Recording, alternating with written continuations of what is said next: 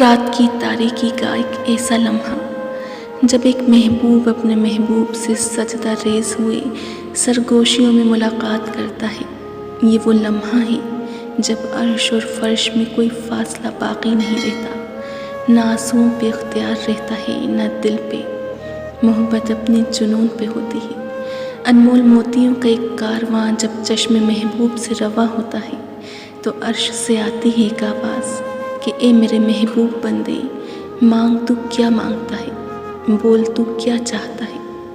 الفاظ لب سے نکلتے ہیں، عرش سے آتی ہے ایک صدا، اور پھر جب تمہارا دل تمہیں اللہ کے روبرو لے جاتا ہے تو وہ تمہیں تھام لیتا ہے۔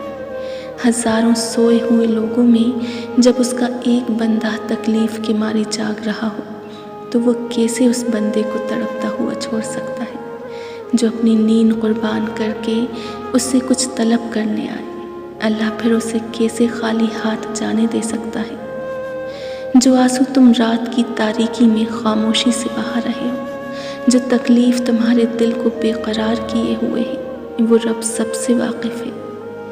تہجد ایسا مرہم ہے جس کے پاس ہر چوٹ کا علاج موجود ہے، بس تمہیں یقین رکھنا ہے وہ زخم بھی بھر جائیں گے جو تمہیں لگتا ہے کبھی نہیں بھر سکتے، اور وہ قصے بھی مکمل ہو جائیں گے جو تمہیں لگتا ہے کہ انہیں کوئی مکمل نہیں کر سکتا۔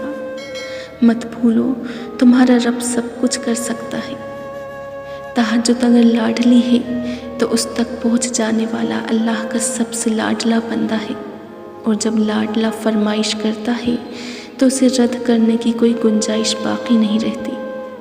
تم تہجد تک خود نہیں جاتے بلکہ تہجد کو تم تک لایا جاتا ہے۔ تم سجدوں کو نہیں چنتے بلکہ تمہیں سجدوں کے لیے چنا جاتا ہے۔